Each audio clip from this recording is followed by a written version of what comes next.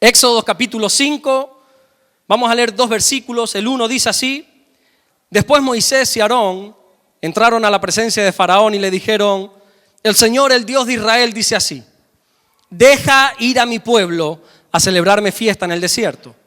Versículo 2 dice: y Faraón respondió: ¿quién es el Señor para que yo oiga su voz y deje ir a Israel? Yo no conozco al Señor, ni tampoco dejaré ir a Israel. Amén. Hasta ahí vamos a leer nada más en esta mañana. Señor, gracias por tu palabra. Gracias, Señor, porque podemos leerla libremente, Señor, sin miedo a persecuciones, sin miedo a represalias, Señor. Oramos en el nombre de Jesucristo, que mientras tu palabra es predicada en esta noche, Señor, que ocurran los prodigios, las señales, las maravillas, todo lo que tu palabra dice y promete que pueda hacer, que ocurra, Señor, esta noche en este lugar, Señor. Queremos bendecirte, glorificarte, adorarte. Te pedimos en el nombre de Jesucristo que tú te muevas en nuestras vidas en esta noche y nos hable fuertemente a nuestro corazón. Gracias te damos por todo lo que estás haciendo y por todo lo que vas a hacer, en el nombre de Jesús. Y el que lo cree dice fuerte: amén. Se puede sentar. Aquí estamos encontrando a Moisés y a su hermano Aarón entrando en la presencia de nada más y nada menos que la persona más influyente del mundo para hasta entonces, que era Faraón.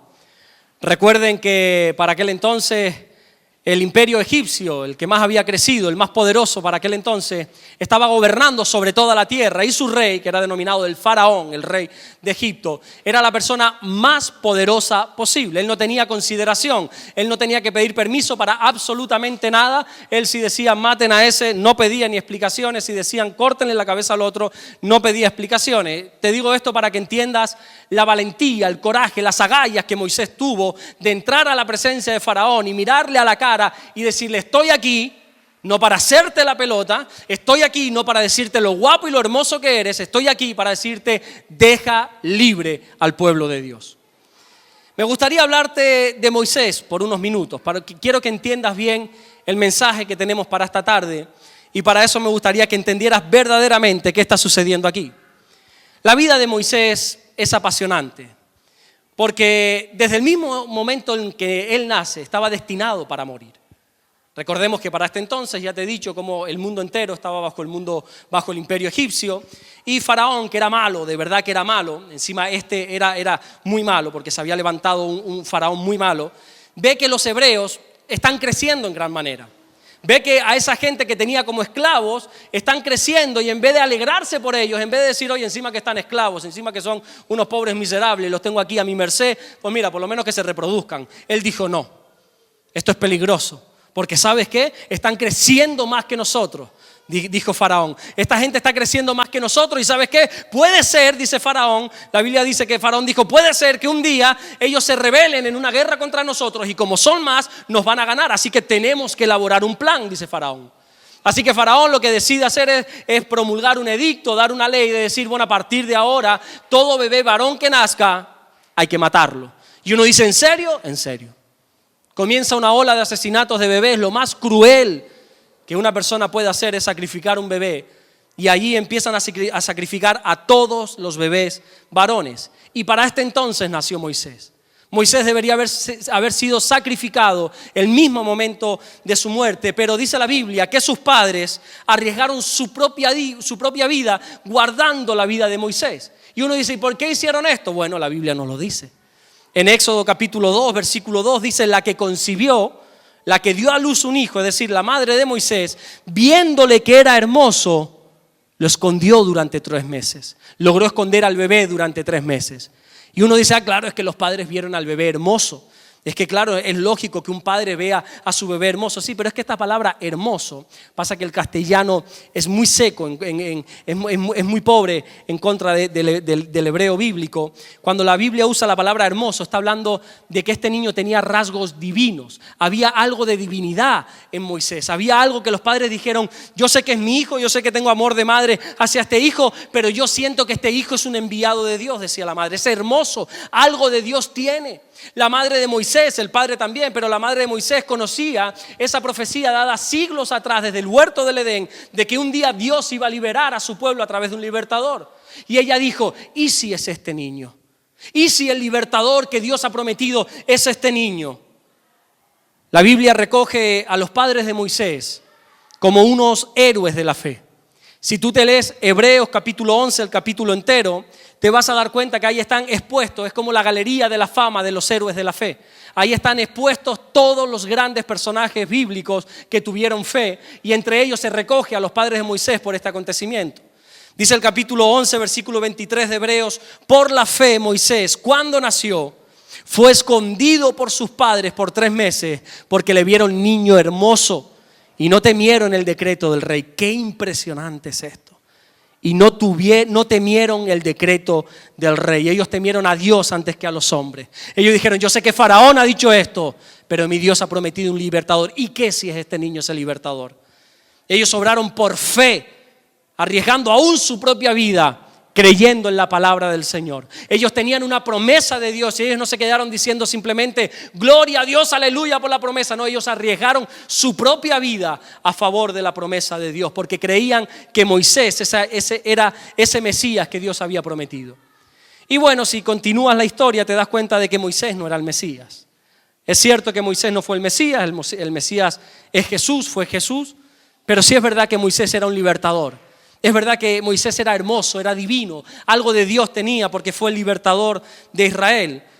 La Biblia nos enseña cómo los padres de Moisés lograron esconder al bebé durante 3 meses. Que yo me pregunto, ¿y cómo lo hicieron? Cuando un bebé lo único que hace es dormir y llorar, dormir y llorar, dormir y llorar, y algo más que no voy a decir aquí, dormir y llorar y llorar y llorar y llorar y llorar y llorar y dormir de vez en cuando. Y yo digo, ¿cómo escondieron a un niño 3 meses? ¿Cómo no? Nadie dijo, oye, pero ahí hay un bebé llorando. ¿Cómo es posible que haya un bebé llorando si el rey ha dicho que hay que matarlos? Así que no me digas cómo, pero lograron esconderlo durante 3 meses. Pero llegó un momento que la madre de Moisés dijo, no, ¿sabes qué? Ya se está corriendo la voz por ahí y ya nos van a matar, no solamente a nosotros, sino a nuestro hijo. Así que lo que hace la madre de Moisés es hacer como una pequeña cesta, por así decirlo, lo mete en esa cesta y lo abandona en el río Nilo, diciendo, bueno, pues a ver qué sucede con este niño. Y allí lo abandona en el río Nilo y casualmente, esas casualidades preciosas de Dios, ¿quién desciende a bañarse en ese mismo momento al río Nilo? La hija de Faraón. Ahí desciende, casualmente, esas casualidades de Dios, ¿verdad? Y desciende y de repente se está ahí bañando. Claro, no había duchas ni siquiera en el Palacio Real. No pienses que había unos hidromasajes ahí en esos palacios. Así que la gente descendía al río a bañarse. Y ahí está la hija de Faraón con sus aceites aromáticos bañándose. Y de repente dice que pasa una cesta y dice, ¡ay, qué niño más hermoso! Y entonces coge al niño y bueno, para resumirte la historia, dice la Biblia que lo prohija, lo adopta, así que Faraón se cría en el palacio real como si fuera el príncipe de Egipto, como si fuera un hijo de Faraón. Y así creció Moisés en palacio, siendo hebreo, pero se cría bajo el imperio de los egipcios. Y bueno, y dice la Biblia que cuando crece Moisés sabía que él no era egipcio, había rasgos, el color de la piel, él miraba a los hebreos y decía, yo me identifico más con esta gente, sí, yo sé que mi familia son los egiptos, no sé si le habían contado quizá la verdad, todo lo que había pasado, pero Moisés sabía que su pueblo eran los hebreos. Y entonces dice la Biblia que ya con 40 años, sale Moisés a dar una vuelta como príncipe de Egipto. Moisés era un mimado, él decía una cosa y enseguida todos los subordinados la atendían. Y ahí salía Moisés y de repente ve que un egipcio está maltratando a un hebreo. Y le sale como esa sangre hebrea, dice, hey, esta gente está maltratando a mi familia. Así que en un ataque de ira, porque Moisés era así, en un ataque de ira dice la Biblia que lo mata al egipcio. Y de repente hace un hoyo en la arena, narra la Biblia, mete el cuerpo del egipcio, lo entierra y se va y dice, aquí no me ha visto nadie, yo me retiro y nadie me ha visto. Y al día siguiente, justamente, la Biblia nos cuenta cómo Moisés vuelve a salir a dar una vuelta y de repente ya no es un egipcio contra un hebreo, sino 2 hebreos peleando. Ya hay 2 hebreos, pues no sé si estaban al puñetazo limpio, simplemente gritando, la Biblia no dice, sino que estaban riñendo. Y entonces Moisés, que parecía que era el defensor del pueblo, dice, hey muchachos, cálmense, quería meter mano, quería traer paz. Y uno de los hebreos le dice en Éxodo 2:14, ¿qué pasa, Moisés? ¿Piensas matarme también como mataste al egipcio ayer? ¿También me vas a matar? Porque yo te vi, Moisés. No eres tan santo como te las pintas, Moisés. Yo vi que mataste al egipcio. ¿Piensas matarme también? La Biblia dice que cuando Moisés escucha esto, entró en pánico, tuvo miedo y dice, me han descubierto. Y no solamente eso, sino que Faraón, llega a los oídos de Faraón que Moisés había matado a uno de los suyos, a un egipcio. Y dice Faraón, tráiganme a Moisés que lo voy a matar. Así que Moisés indudablemente tiene que huir. Y se va 40 años al desierto. Poco se sabe de estos 40 años. Se va al desierto huyendo. La Biblia dice algunos detalles, como que conoce a una mujer que se llama Séfora, se casa con ella, trabaja como ayudante, como pastor de ovejas, de las ovejas de su suegro. El suegro se llama Jetro. Y ahí está Moisés, siendo príncipe de Egipto. De repente está, vete tú a saber dónde, ahí en el desierto, pastoreando unas ovejas que no son ni de él, con un idioma que no es ni de él y pastoreando. Pero resulta que al mucho tiempo él está pastoreando esas ovejas que son de su suegro. Y de repente está caminando por el desierto con ese calor insoportable del desierto y ve una zarza, ve un pajullo que está ardiendo, y todos sabemos que las zarzas, que esas ramas secas se prenden fuego y en cuestión de segundos ya se han apagado, así que Moisés no le da importancia, pero cuando vuelve a mirar, la zarza sigue ardiendo. Y Moisés, que es experimentado ya en el desierto, lleva 40 años pastando las ovejas, dice, algo raro pasa. Algo raro pasa porque esta zarza no se apaga. Y yo conozco bien esta zarza, yo conozco que esta zarza en 10, 15, 20 segundos ya debería de estar consumida, y no es que no se consuma, sino que encima siga ardiendo. Así que la Biblia nos cuenta cómo se va acercando cada vez más a la zarza, hasta que ocurre ese llamamiento de Dios a través de la zarza. Dios usa el fuego para llamar la atención de Moisés. Y le dice aquella famosa frase, ¿verdad? De quítate el calzado de tus pies porque esto es tierra santa, estás pisando un lugar santo. La vida de Moisés se puede dividir en 3 etapas de 40 años. Los primeros 40 años como príncipe de Egipto, siendo un mimado en el palacio de Faraón. Los siguientes 40 años en el desierto, deambulando, atendiendo unas ovejas que no son ni de él. Y los siguientes 40 años nos vamos a encontrar a un Moisés siendo el libertador del pueblo de Dios. Y en ese llamado, en ese llamado de la zarza, Dios le hace un llamado a Moisés, le dice, Moisés, tú no estás para estar aquí en este lugar. Yo no te salvé la vida aquel día en el río Nilo para que tú estés pastoreando unas ovejas de tu suegro. Está bien que trabajes, está bien, muy bien que hagas eso, pero ese no es tu propósito, Moisés. Tu propósito es que liberes al pueblo. Tu propósito, Moisés, le dice Dios, es que ahora mismo vayas y te presentes delante del hombre más poderoso de la tierra, de aquel que hace 40 años atrás prometió matarte, y ahora quiero que te presentes delante de él y le digas que deje salir a mi pueblo. ¿Sabes lo que sucedió en ese llamado? Que Moisés solo ponía excusas. Moisés había entrado en pánico, tenía miedo, ya se había convertido, permíteme la expresión, quizá me equivoque, como en un cobarde. Él decía, no, Señor, y empieza a poner excusa tras excusa. La primera excusa que pone Moisés a Dios son esos prejuicios personales. En Éxodo capítulo 3, versículo 11 dice, entonces Moisés respondió a Dios, pero ¿quién soy yo? ¿Quién soy yo para que vaya Faraón y saque de Egipto a los hijos de Israel? ¿Quién soy yo, Señor? Esto es muy común. Cuando Dios hace un llamado a alguien, cuando Dios le está diciendo a alguien, sea a través de una zarza, a través de una predicación, a través de un pastor, a través de estas palabras ahora mismo, cuando Dios le dice a alguien, sabes que te estoy llamando, uno dice, pero ¿y quién soy yo? No, yo no tengo las cualidades necesarias. Yo no tengo la formación necesaria. Yo no tengo la preparación necesaria. ¿Se recuerdan cuando a Jeremías también le hace un llamado? Y le dice, pero si soy un niño. Y dice, no mires que eres un niño. Yo te he llamado, yo te voy a formar. Y a veces siempre le decimos, pero ¿quién soy yo? Yo no soy nadie, Señor. Yo simplemente soy un pastor pastoreando aquí. La segunda excusa que Moisés le pone a Dios son, pero ¿y qué va a pensar la gente? Las opiniones de la gente, ¿verdad?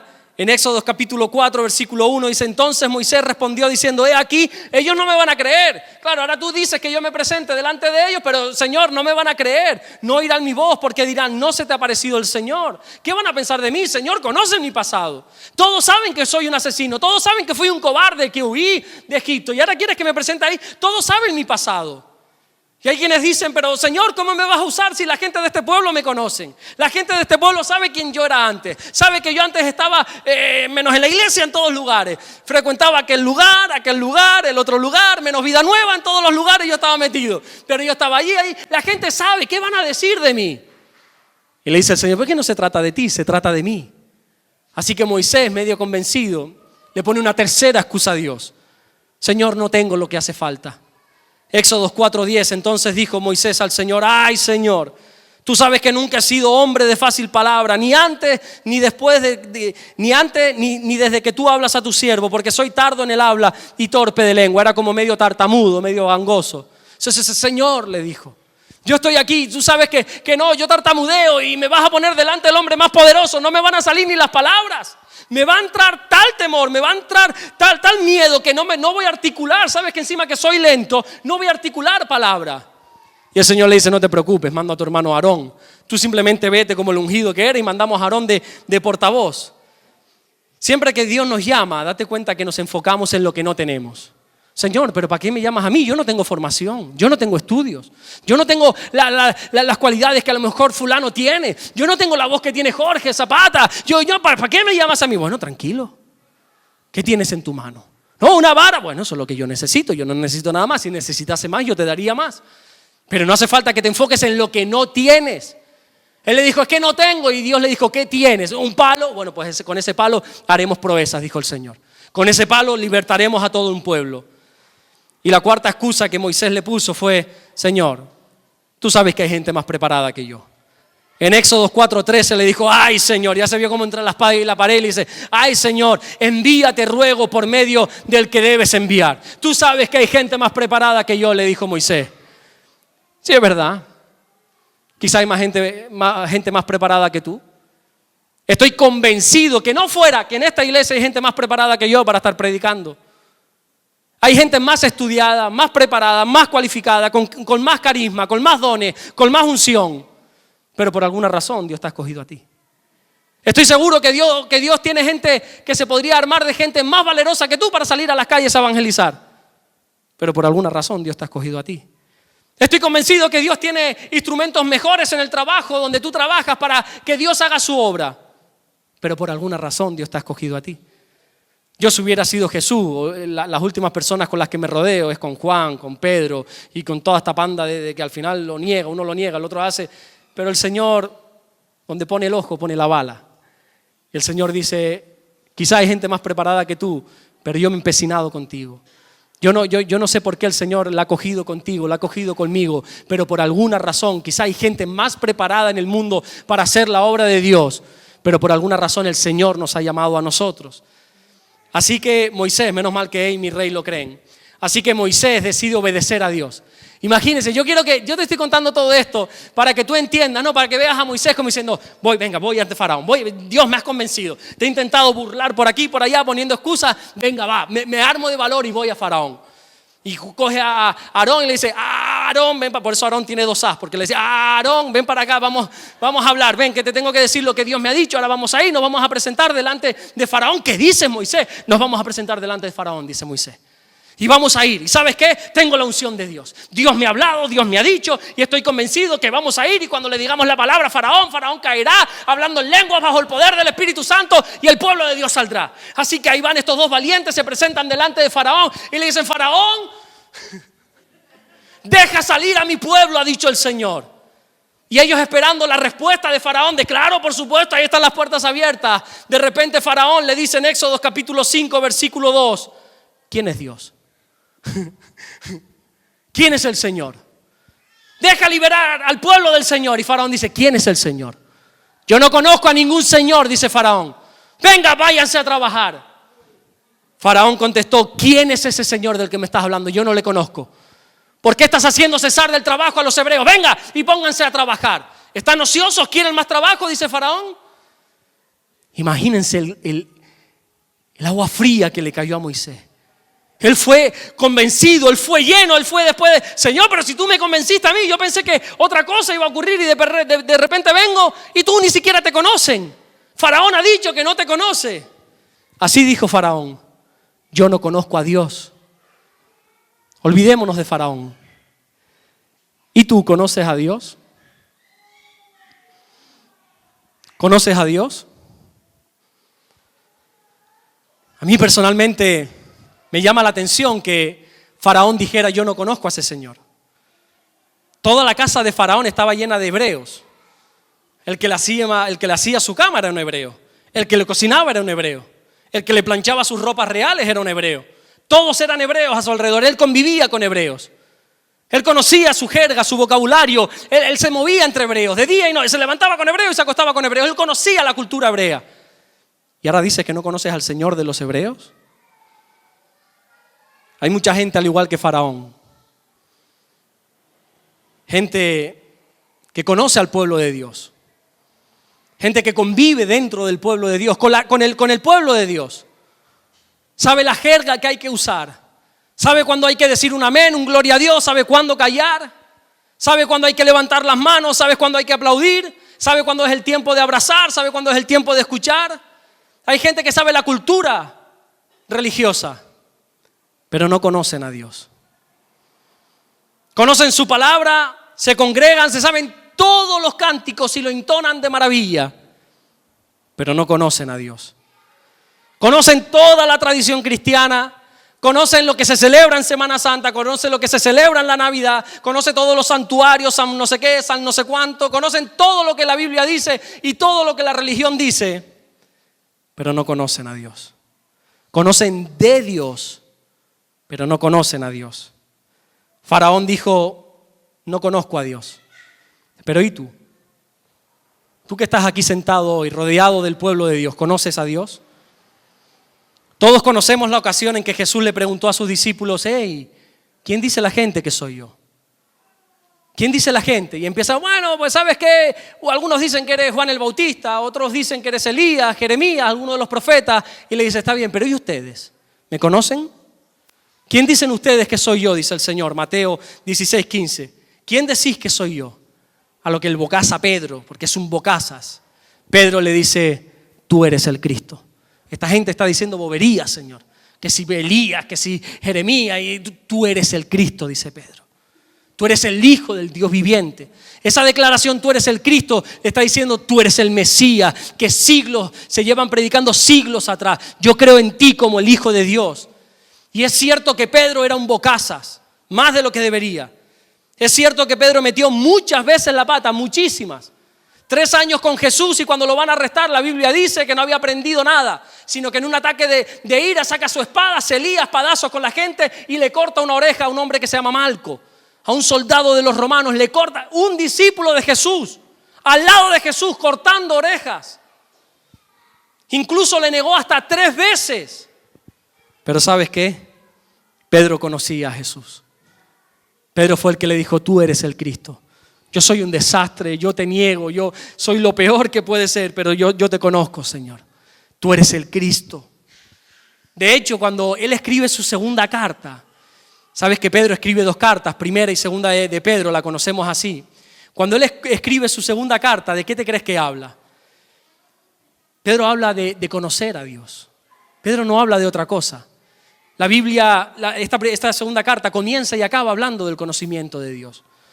Dice segunda de Pedro, capítulo 1, versículo 2, gracia y paz os sean multiplicadas en el conocimiento de Dios y de nuestro Señor Jesús. Así empieza su carta. Y termina y continúa hablando siempre acerca del conocimiento. Y sigues avanzando en su carta y te das cuenta que Pedro solo habla de conocer a Dios, de la importancia de conocer a Dios. De hecho, él llega a decir que en la misma medida que tú conoces a Dios, no de Dios, entiendan por favor esta diferencia. Que de la misma manera que tú conoces a Dios, de esa misma manera proporcional, Dios te va a ir dando bendiciones.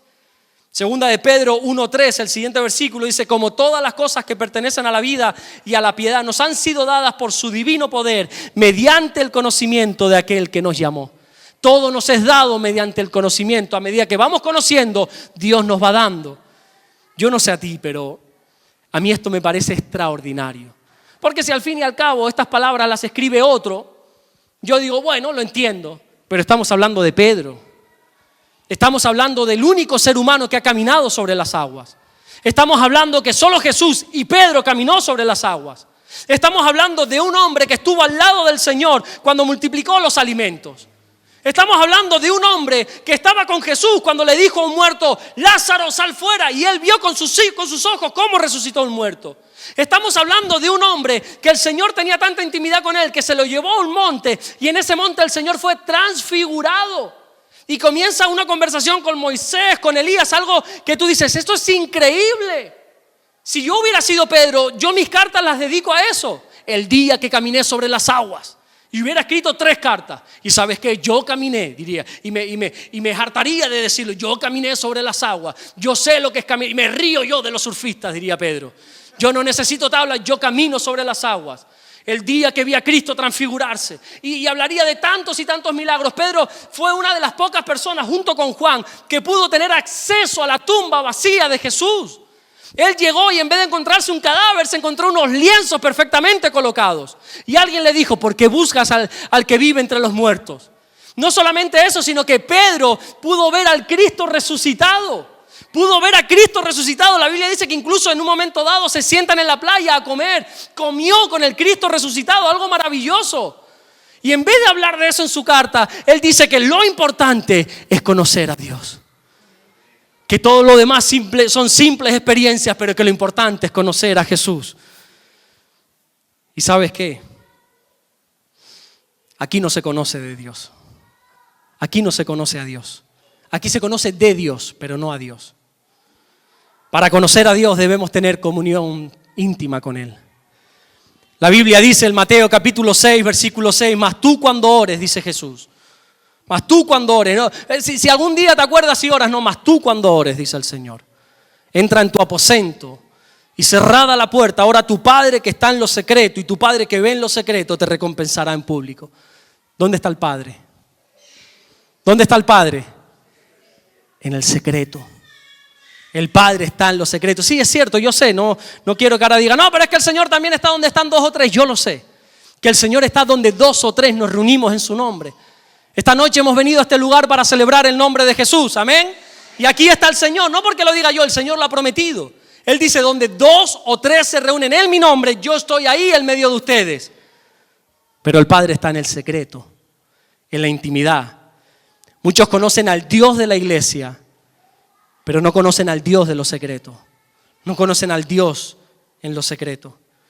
A mí me encanta este pasaje de Mateo capítulo 6, porque cuando los discípulos ven la intimidad que Jesús tiene con el Padre, cuando ven esa manera de orar, que Jesús no tenía largas oraciones como judío que era, sino que Él oraba y los milagros sucedían. Que Él simplemente decía, Señor, gracias te doy por haberme oído, y resucita a un muerto. Y cuando ellos ven el poder, la intimidad que tenían, le dicen, Señor, enséñanos a orar. Señor, enséñanos dónde está el poder de esa intimidad que tú tienes. Señor, por favor, revélanos el secreto de esa intimidad. Y el Señor les dijo, congréguense. Esa es la congregación donde está el poder. Hey, en los grupos de hogar, como faltes a uno, es ahí donde está el poder. Señor, enséñanos a orar. Enséñanos ese poder. Ok, entra en el secreto, dice Dios. Entren en el secreto. Y allí está tu Padre, en el secreto. Jesús les dijo, busquen a Dios en el secreto. Créeme que venir a la iglesia es importante y no lo pongo en duda. Venir a escuchar la palabra para mí es crucial. Creo que es muy difícil, por no decir imposible, sobrevivir en este mundo tan potente en cuanto a las tentaciones, sin poder venir a la iglesia y escuchar la palabra y escuchar constantemente palabras de ánimo. Creo que es muy difícil sobrevivir como creyentes sin venir a la iglesia. Pero si no hacemos lo más importante, que es estar en lo secreto, créeme que estamos perdiendo el tiempo. Tú puedes venir a todos los cultos. La iglesia está abierta desde las 4:30 los domingos. Tú puedes estar aquí a las 3 de la tarde si tú quieres. Y estar con los sugieres mientras oran, estar mientras la alabanza ora, estar en el ensayo de alabanza, estar mientras Fátima prepara el kiosco, estar mientras los niños preparan sus clases, estar en todo y estar activo y escuchar todas las predicaciones y volverlas a escuchar y tomar nota y luego verlas por internet y todo lo que tú quieras. Pero si no tienes intimidad con Dios, si el Padre no te ve en lo secreto unos minutos al día, créeme que estás perdiendo el tiempo.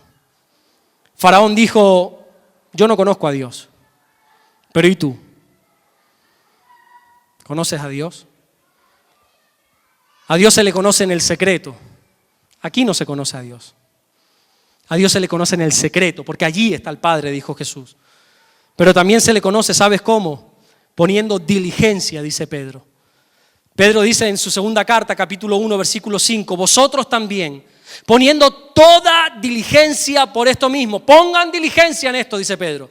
Añadid a vuestra fe virtud, a vuestra fe virtud y a la virtud conocimiento. Pon diligencia, sé serio en esto. dice Pedro, en tener conocimiento. Y uno dice, bueno, puede estar hablando del conocimiento de, qué sé yo, del conocimiento de la cultura judía. No. Más adelante, Pedro dice tres versículos después, en el versículo 8, porque si estas cosas están en vosotros y abundan, no os dejarán estar ociosos ni sin fruto en cuanto al conocimiento de nuestro Señor Jesucristo. Pedro está hablando del conocimiento de Jesús. Sé diligente, dice Pedro, en conocer a Jesús. Tenemos que ser diligentes. Diligente es poner interés. Como dicen otras versiones, dice esforzarse al máximo. La Nueva Versión Internacional dice en el Salmo 63:1, oh Dios, tú eres mi Dios, yo te busco intensamente. ¿Cómo se debe buscar a Dios? Señor, gracias te doy por este alimento en el nombre de Jesús. Amén. Señor, bendice este. Amén. ¿Cómo se tiene que buscar a Dios? Intensamente, diligentemente. Iglesia, debemos esforzarnos en conocer a Jesús. Tenemos que ser diligentes en esto. Y créeme que conocer a Jesús no va a surgir por casualidad. Tú no te vas a levantar un día, conozco al Señor. Conozco a Jesús. No es algo que se produzca por arte de magia. No es algo que va de un día para otro. No, es un trabajo diligente que hemos de hacer a través de la oración, de la lectura, de tener intimidad en lo privado. Hemos de ser diligentes. Y créeme que una predicación, un sermón, no te va a llevar a conocer a Dios. Te va a llevar a conocer de Dios, que es muy interesante y muy bonito y necesario. Pero desde aquí yo no te puedo enseñar a conocer a Dios. Mi trabajo como pastor tiene un límite. Yo no puedo hacer que tú conozcas a Dios. Yo te puedo enseñar a que conozcas de Dios para motivarte a que conozcas a Dios. Pero mi límite es este: que tú conozcas de Dios. Y yo te doy versículos y te desgloso la Biblia y hago peripecias para que tú entiendas el mensaje de Dios. Pero tú tienes que ser diligente. Tú tienes que ser serio. Pedro dice, no vacilen con esto. Esto no es un juego aunque parezca. Ser diligentes, sean diligentes en esto, en conocer al Señor. Conocer la palabra de Dios no te garantiza que conoces a Dios. Y tú dices, ¿en serio? Claro. ¿Tú sabes cuántos teólogos ateos hay? Gente que ha estudiado teología y que conoce la Biblia mejor que yo, mejor que tú, mejor que todos juntos, y que son ateos. Bueno, la gran mayoría. Yo desde mi niñez sigo a un muchachito superdotado que se llama Carlos Blanco. Él con tan solo 36 años ya es teólogo, egiptólogo, filósofo, químico y académico. Y sin embargo dice, yo no creo en el Dios de la Biblia. Y es teólogo. Es de los mejores teólogos. Yo escucho a veces conferencias de él y ves cómo habla de la historia de los romanos, de los egipcios, cómo te desglosa ciertas cosas, pero al final dice, yo creo que al final Dios somos nosotros, dice. Y es teólogo. Pero como él hay cientos de teólogos. Yo decía esta mañana, ¿tú sabes lo que tiene que estudiar un cura para ser cura? Algunos dicen, ese es el cura no. ¿Tú sabes lo que, cuando tú veas un cura, respeta a ese hombre porque ese hombre es un hombre estudiado? Ese hombre ha estado como mínimo 7 años estudiando una carrera.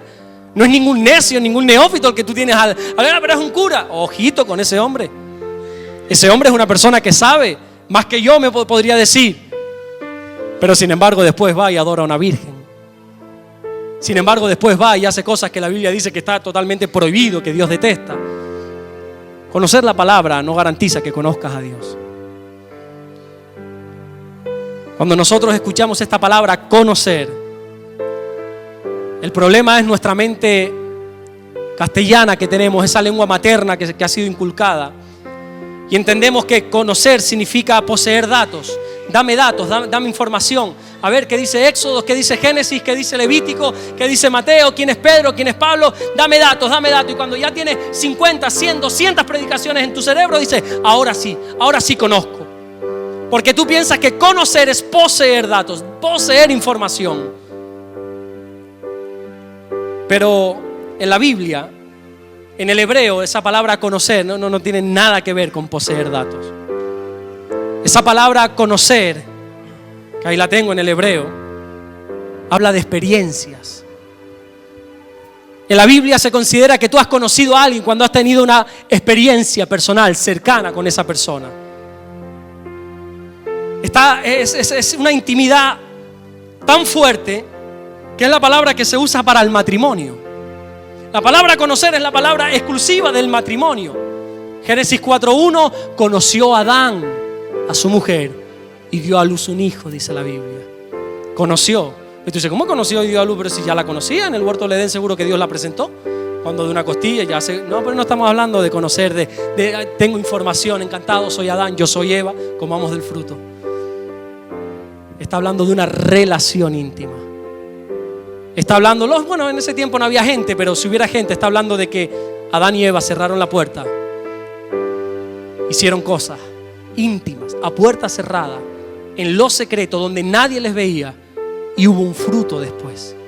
Y se sabe que hubo una relación porque hubo un fruto. Y luego otro, y luego otro, y luego otro.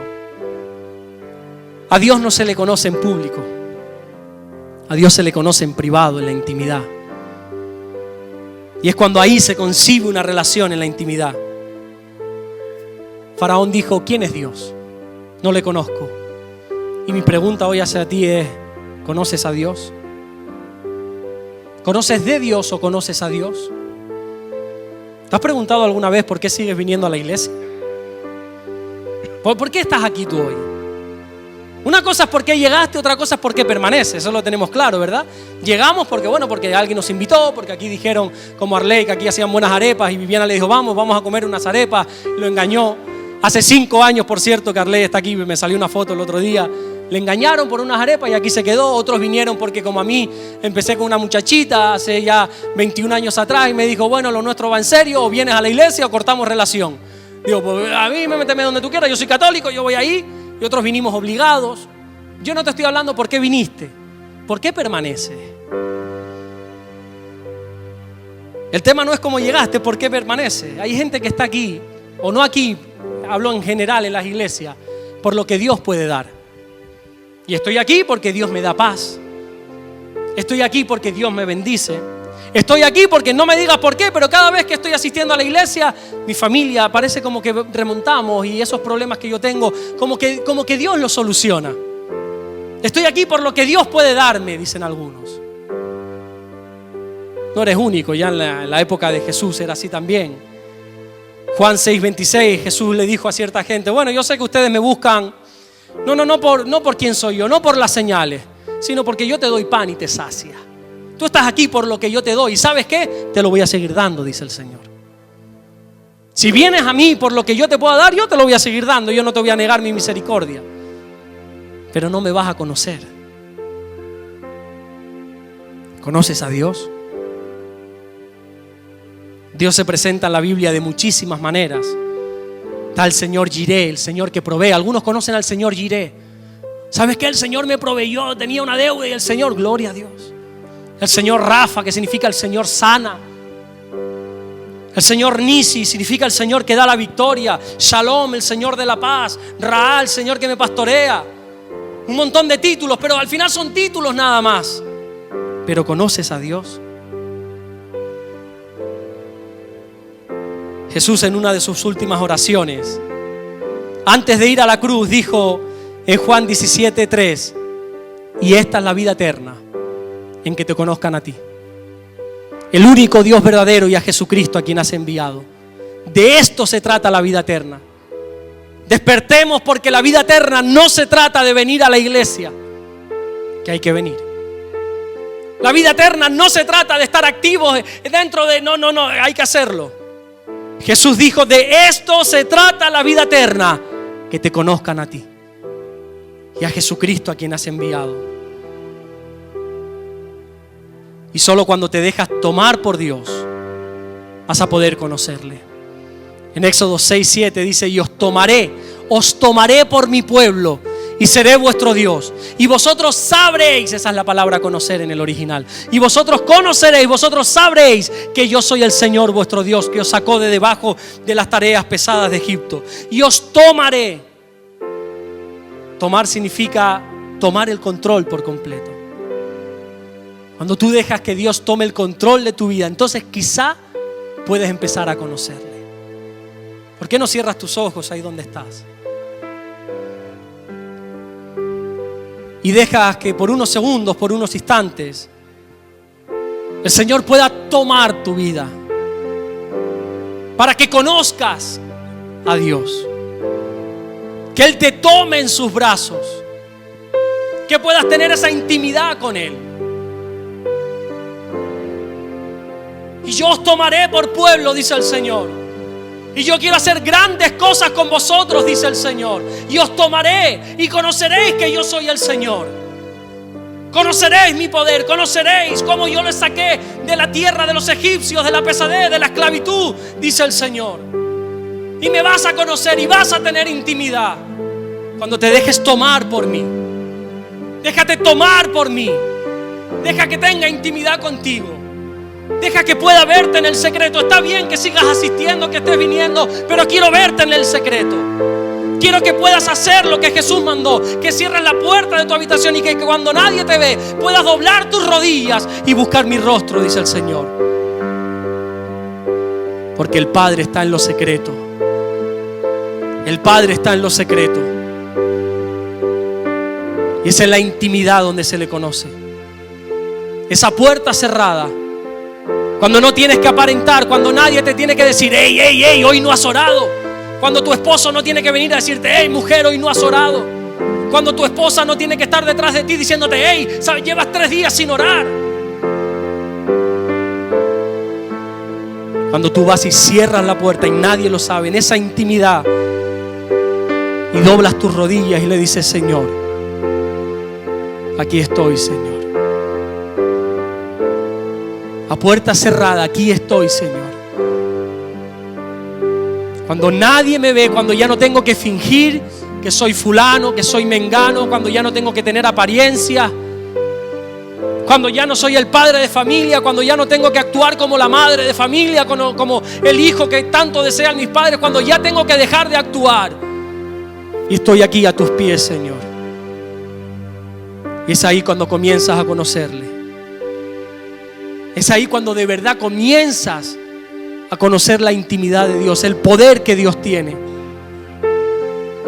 Es ahí que vas a empezar a conocer verdaderamente quién es Dios. Y es ahí cuando Dios, dice el texto que hemos leído de Éxodo, es cuando te va a tomar en sus brazos y vas a conocer el verdadero poder de Dios. Vas a dejar de estar experimentando lo que otros te cuentan de Dios para tú poder experimentar esa relación íntima con Dios. Pero esa puerta cerrada, iglesia, y tienes que ser diligente en esto, serio. Que comiences urgentemente a tener intimidad con el Señor. Ese es el mensaje para ti en este día. El mensaje está en la intimidad con el Padre. En que cojas un compromiso en doblar rodillas cuando nadie te ve. Que no esperes tener a un pastor, a una mujer, a un esposo, a un líder que venga y te diga lo que tienes que hacer. Que tú mismo vayas y cierres la puerta. Que tú mismo busques ese minuto al día para buscar de su presencia. Que tú mismo tengas esos 2, 3, 5 minutos al día para doblar tus rodillas, humillarte, quebrantarte delante de Dios. Dejar de vivir de las apariencias, del qué dirán, del qué pensarán. Y quebrarte delante del Señor y decirle, Señor, sabes que no sirvo, que no valgo.